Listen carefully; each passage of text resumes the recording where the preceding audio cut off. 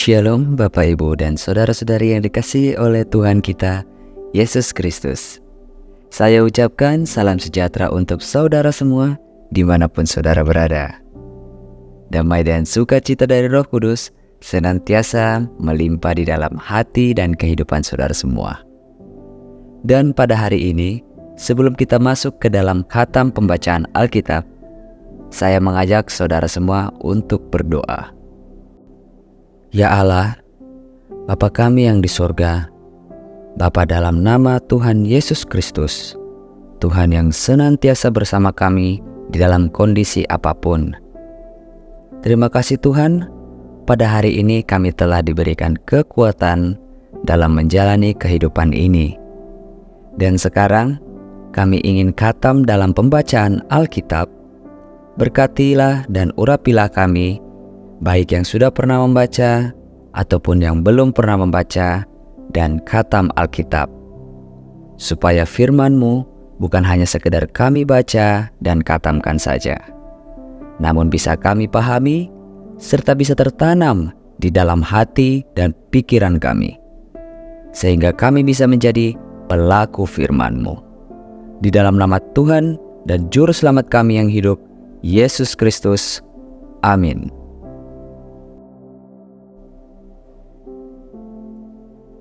Bilangan pasal 30.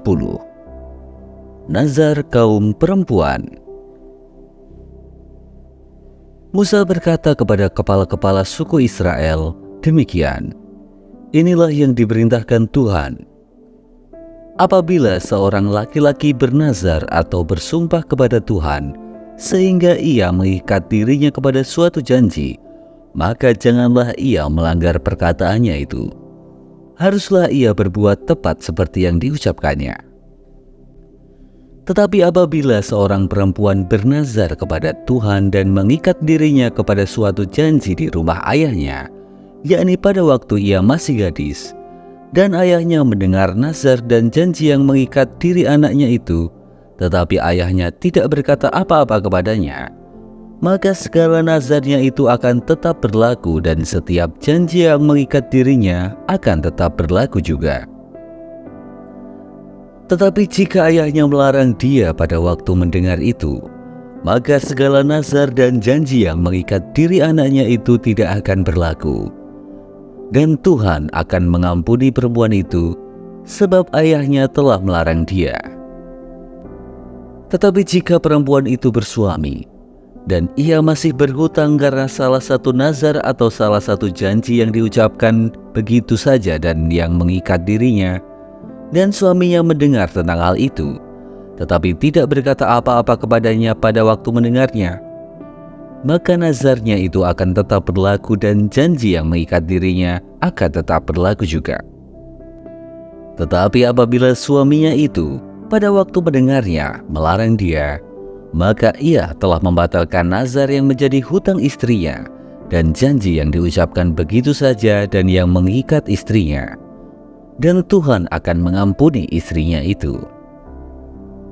Mengenai nazar seorang janda atau seorang perempuan yang diceraikan, segala apa yang mengikat dirinya akan tetap berlaku baginya.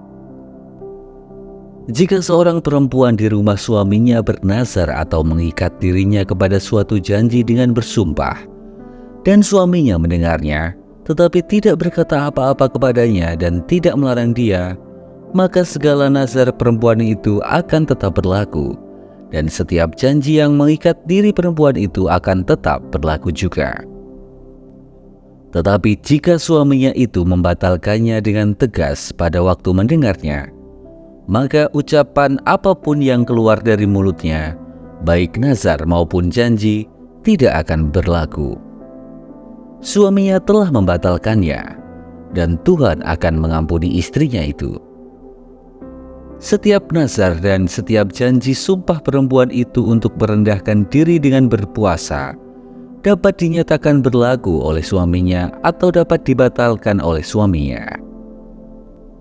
Tetapi apabila suaminya sama sekali tidak berkata apa-apa kepadanya dari hari ke hari, maka dengan demikian ia telah menyatakan berlaku segala nazar istrinya atau segala ikatan janji yang menjadi hutang istrinya. Ia telah menyatakannya berlaku, karena ia tidak berkata apa-apa kepadanya pada waktu mendengarnya. Tetapi jika ia baru membatalkannya beberapa lama setelah didengarnya, maka ia akan menanggung akibat kesalahan istrinya. Itulah ketetapan-ketetapan yang diperintahkan Tuhan kepada Musa, yakni antara seorang suami dengan istrinya, dan antara seorang ayah dengan anaknya perempuan pada waktu ia masih gadis di rumah ayahnya.